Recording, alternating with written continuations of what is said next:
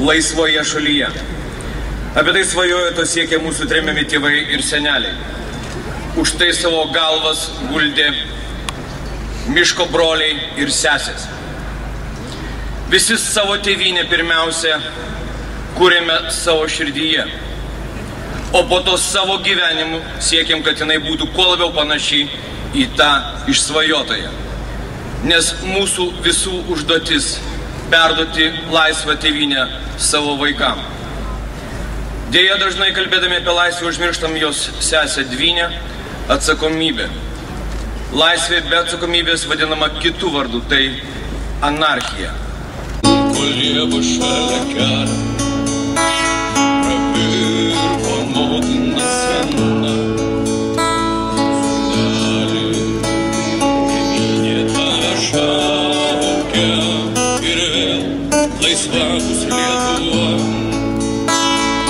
Sūneli, tėvynė tave šaukia ir vėl laisva bus Lietuva. Aš toli iškeliausiu nuo tėviškėlės, nuo brangios.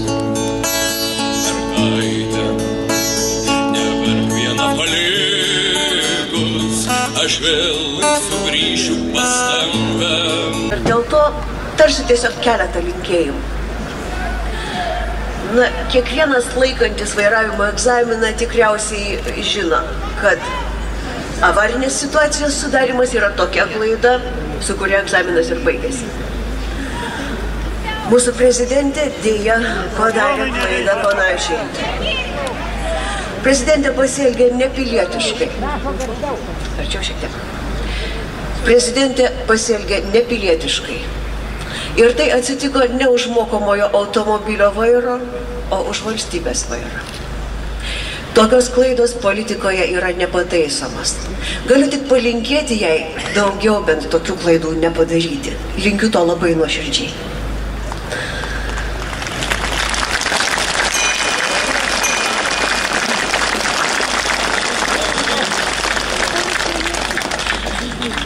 Išvairuoti valstybės laivą iš avarinės situacijos reikės jau kitiems.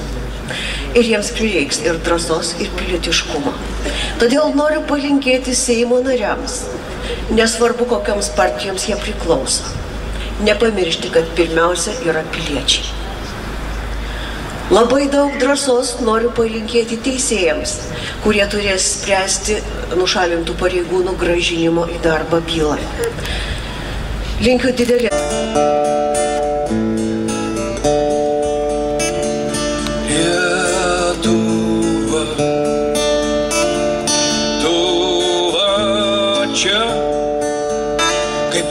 Kaip širdis, į kurią keliavau, kaip širdis, kaip lava, kaip širdis, į kurią keliavau, kaip širdis,